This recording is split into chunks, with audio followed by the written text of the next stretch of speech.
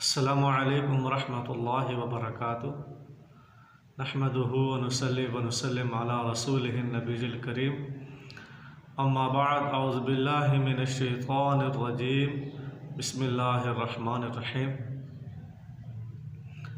عن ابن عمر رضی اللہ تعالی عنہ قال قال رسول اللہ صلی اللہ علیہ وسلم بنی الاسلام علی خمس شہادت اللہ الہ الا اللہ وان محمد رسول اللہ واقام الصلاة وایتاء الزکاة والحج وصوم رمضان۔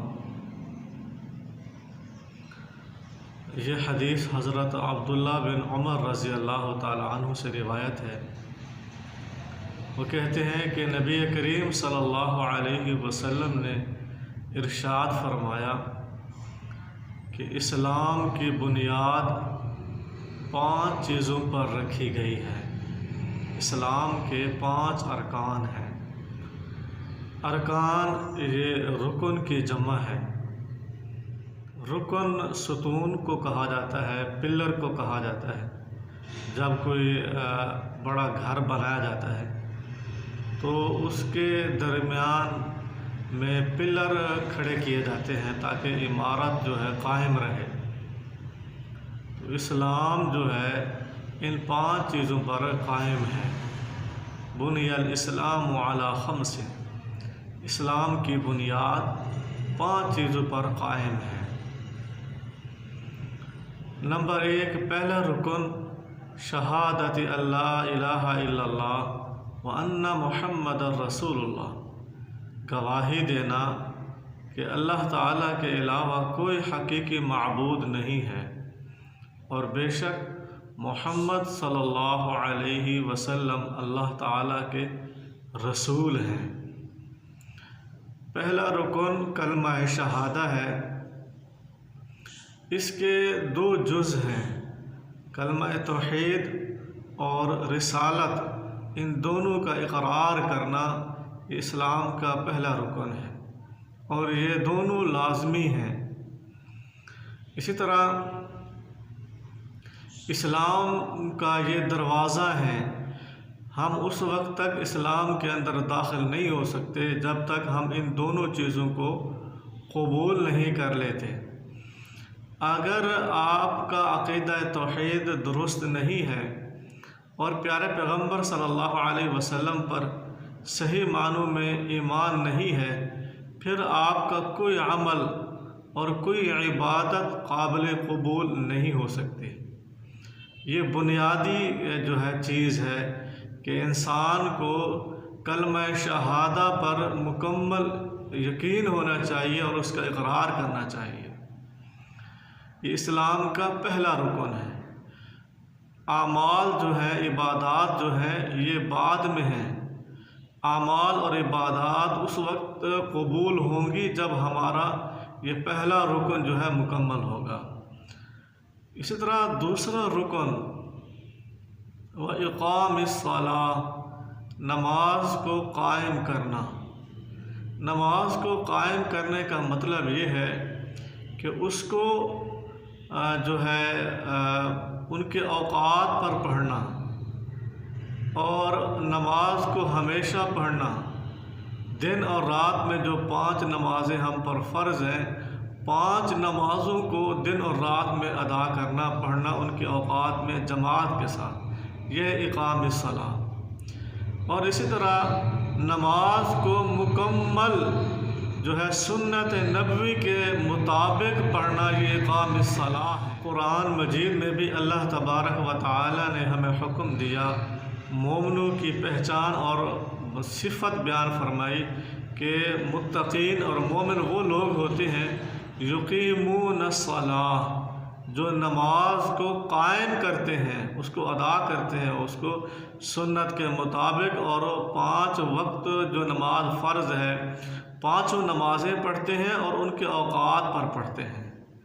تو یہ اقام الصلاۃ کا مطلب ہے۔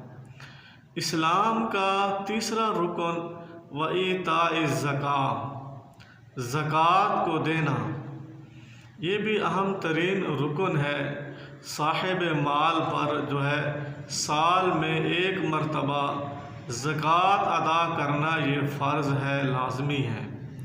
اور جو شخص زکوٰۃ نہیں دیتا تو اس کے لیے اللہ تعالیٰ نے سخت ترین وعید سنائی ہے۔ زکوٰۃ ادا کرنے سے آپ کا مال صاف ہو جاتا ہے اور آپ کا دل بھی صاف پاک ہو جاتا ہے، اور آپ کے دل کے اندر غریب اور مسکینوں کے بارے میں ہمدردی پائی جاتی ہے۔ اور جو لوگ زکوٰۃ ادا نہیں کرتے، اللہ تعالیٰ نے ان کے بارے میں ارشاد فرمایا والذین یکنزون الذھب والفضة ولا ينفقونها في سبیل اللہ فبشرهم بعذاب علیم۔ وہ لوگ جو مال جمع کرتے ہیں، سونا اور چاندی جو ہے ذخیرہ کرتے ہیں، اور اس کو اللہ تعالیٰ کی راہ میں خرچ نہیں کرتے، فبشرهم بعذاب علیم، آپ ان کو دردناک عذاب کی وعید سنا دیں، ان کے لیے سخت ترین عذاب ہے۔ زکوٰۃ ادا کرنے سے آپ کے دل میں غریبوں اور مسکینوں کے بارے میں ہمدردی پیدا ہو جائے گی، اور اللہ تبارک و تعالی آپ کو اس کا اجر و ثواب بھی عطا کرے گا۔ اسلام کا چوتھا رکن والحج، بیت اللہ کا حج کرنا۔ صاحب استطاعت پر مال کی جو طاقت رکھنے والا ہے، اس پر زندگی میں 1 مرتبہ حج کرنا یہ فرض ہے، لازمی ہے۔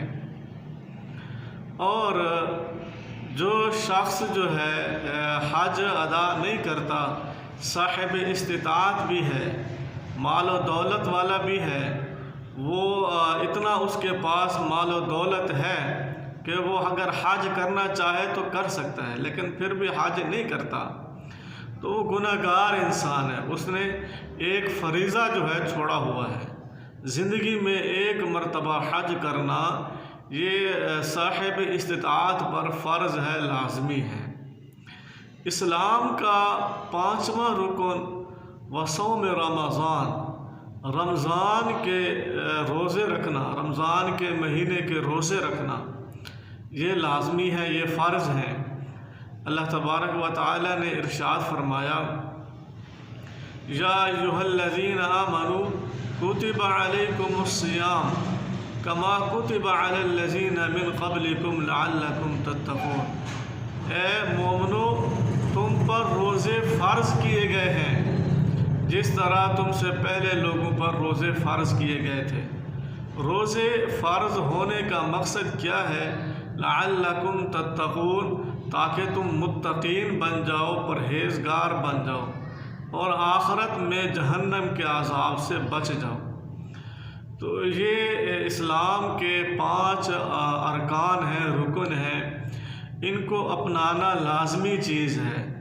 ان کے اپنانے سے انسان کا ایمان جو ہے وہ کامل ہو جاتا ہے اور مضبوط ہو جاتا ہے، اور انسان آخرت میں جو ہے وہ کامیاب ہو جائے گا اور اپنے آپ کو ناکامی سے بچا لے گا، محفوظ کر لے گا۔ تو ہمیں چاہیے جو لازمی چیزیں ہیں ان کا خصوصی خیال رکھیں۔ وما علینا الا البلاغ المبین۔